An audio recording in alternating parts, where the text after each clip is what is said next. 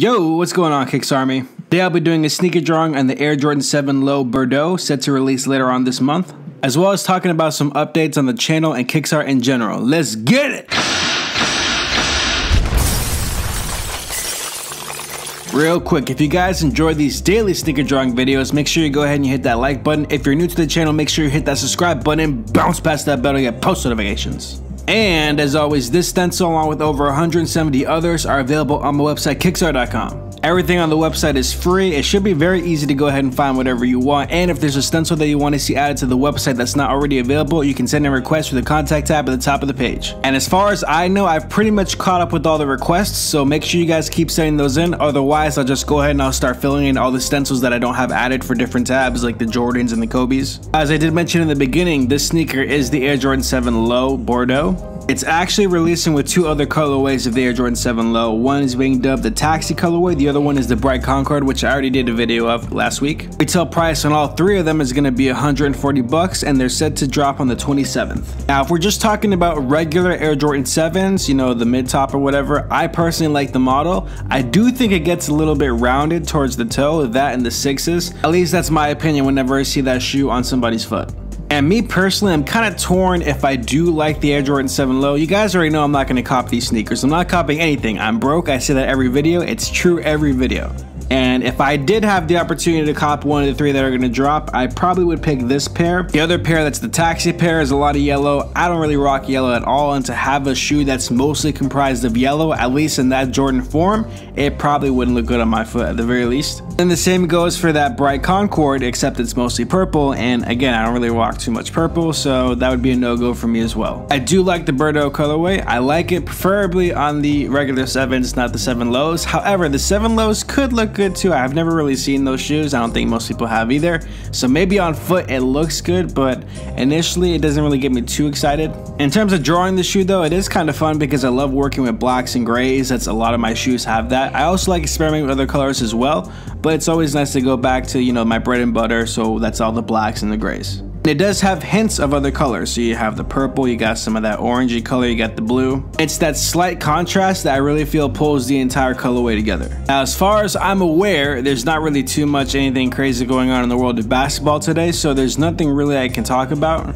There's some really light stories here or there, but nothing that's really too interesting that would want to warrant putting in the video. Because of that, I do want to use this opportunity to kind of talk about the channel as well as KicksArt in general, what I'm kind of doing with it, the ideas that I have going on, so on and so forth. Not only do I think it's interesting for you, the viewer, to kind of get into my mindset of what I'm planning to do to grow the channel, but I also think it's important for me to kind of vent these ideas as a way to document my process. Because I feel like whenever you're dealing with something creative, there's a process that goes behind it, and it's always important to document that process because it's important for you to see the steps you took to achieve whatever that goal was, even if it ends up being different later on in the future because you advance your skills or something else. So with all that being said, there's a lot of stuff that I have to do, guys. Like I'm telling you, there's a lot of things I have going on in my head at all times, things I need to do to work on to improve. So for starters, I guess you might as well start with the YouTube aspect of it, since this is where it all started and this is where I'm really trying to put a lot of my energy into, at least.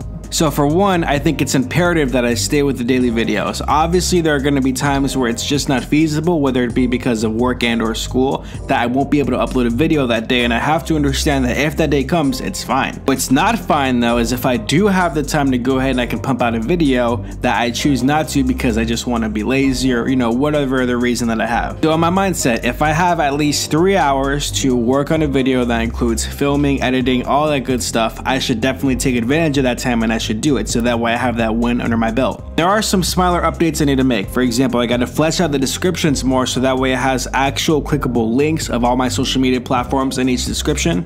There are some metadata stuff that I have to look at too, and basically what that is let's say I upload a video and I give it a random title, I don't put a description, I don't put any tags in the video. YouTube, with its algorithms, with its systems, with its software, won't have any idea what my video is about, thus it can't categorize my video appropriately. Now in terms of that end, I'm doing fairly well, I'm doing pretty good. There's always room for improvement in terms of figuring out better tags to use, figuring out different titles, even though my titles are pretty much straightforward anyway, there's not too much wiggle room room in there for some modifications. And there's a bunch of smaller little details of changes I need to make here and there to kind of, you know, make minor tweaks to the channel, how it runs, little things here and there. And even though it's like a number of little things, it does take time to figure out how to do and or actually execute on those things. But I will say this, the benefit of doing daily videos is that it gets me to recognize the little things I need to do. Thus, it makes me a little bit better every single day because I'm either aware of it or I act upon it.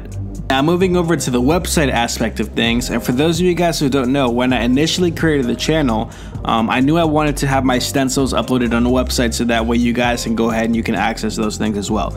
So initially I was using Flickr, which I guess is like a thing that Yahoo owns. The problem that I didn't realize back then that I should have really noticed from the get is that if I'm going to put my stencils on a website, I should get my own domain, which I have now, and I should build my own website, which I have now, which I didn't do initially. I was using Flickr, and the problem was that, you know, that's not a platform that I own. It's owned by Yahoo. It's owned by another entity, another company. And for one reason or another, it took me a while to realize that I need to have all the stencils on my own website. Now, I have that taken care of now, of course, and the website's getting better and better every day because there's more and more stencils added every single day. But it wasn't until like the beginning of July of this year where the website was actually optimized. The website was actually really simple and functional to use because if you guys remember, my website looked bad. For a while, I had everything on one page. So if you wanted to get to like a Vans or something that started with like a letter that was at the end of the alphabet, you'd have to scroll all the way down and you were going through everything that I had, all, you know, 60, 70 or whatever stencils that were on the site. On top of that, I would do scanned images of these stencils, and because the paper that I use is not pure white, there's like a little bit of a tint to it. Sometimes the scans would pick up like the off coloring, so the background wasn't always 100% white, and sometimes you see marks in the images and stuff like that, so it's a real big mess. On top of that, the thumbnails for each of the stencils wasn't centered and it had borders like the way that it is now. So if you guys remember, that website was pretty shaky back then. But over the course of my trip to Colombia, I invested a bunch of time in figuring out, okay, how should I have these stencils? How should I go ahead and make the website more useful? And thankfully, over the course of that month, I was able to, you know, tweak the website a bunch of times, make a bunch of changes, and now the website is pretty baller in my biased opinion. And there's still a number of things I have to do to the website. I have to do some improvements to the SEO, that's search engine optimization, which makes it a lot easier to be found out in search by Google or whatever.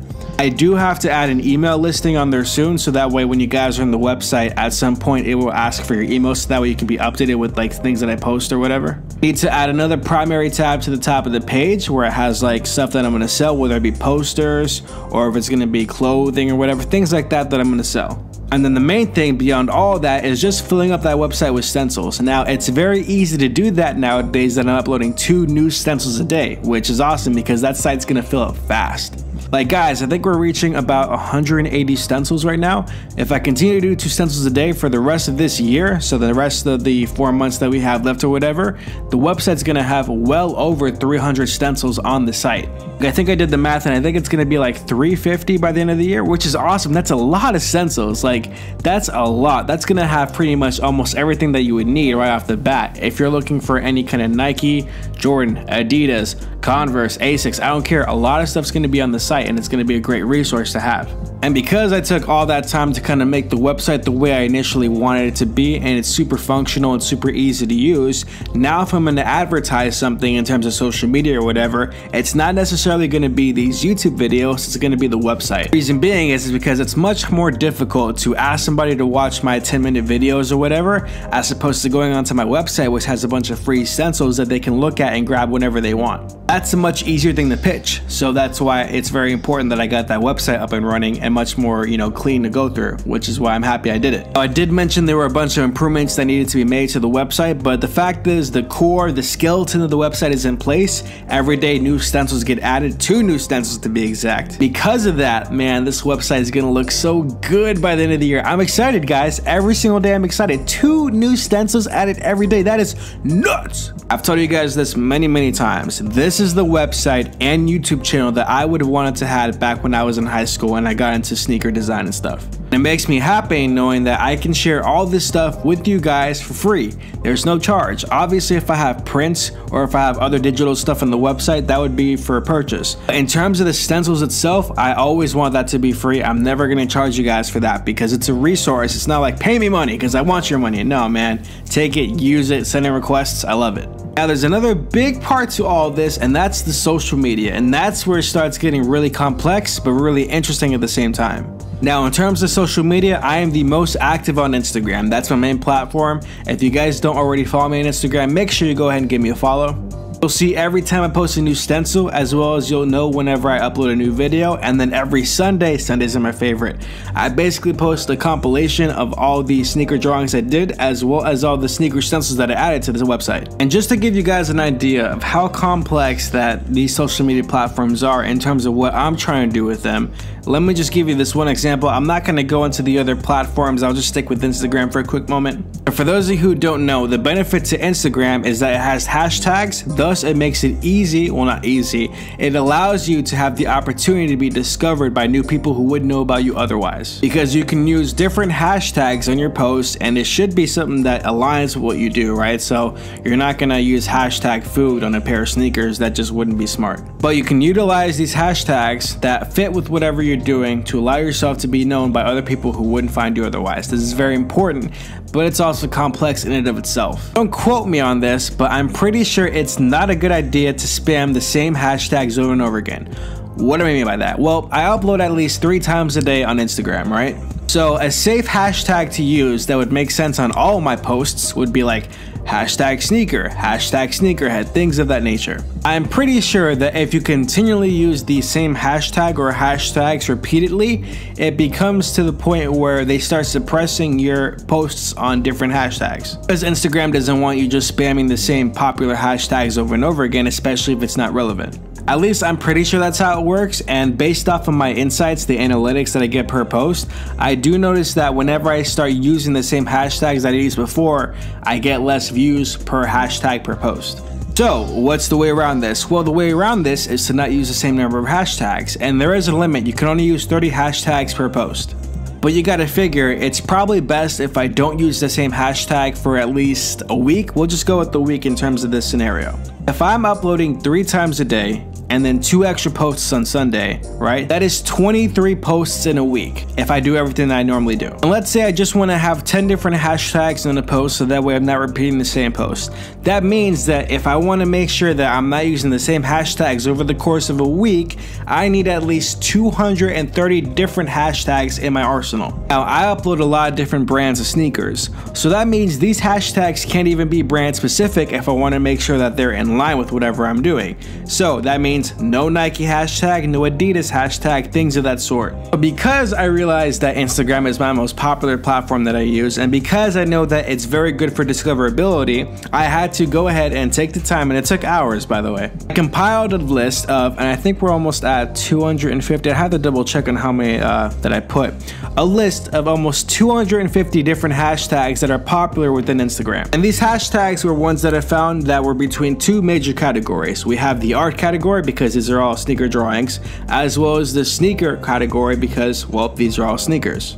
Yes, this did take a while, and yes, I still have about another 2 hours left to do for just this. And to basically summarize everything that I just said, when I tell you guys that I'm constantly working and trying to improve, I'm constantly working to try to improve. Like, there's a lot of steps to this. This is a very complex system that I'm trying to run, and it takes a lot of work to grow, but I'm determined to grow because I know the potential this channel has, I know the potential this community has, and trust me guys, this is gonna be lit.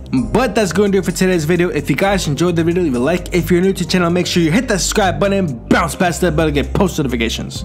Don't forget to check out KicksArt.com for all your sneaker stencil needs. Make sure you check out the other videos on the channel, and I will see you guys tomorrow. Yay!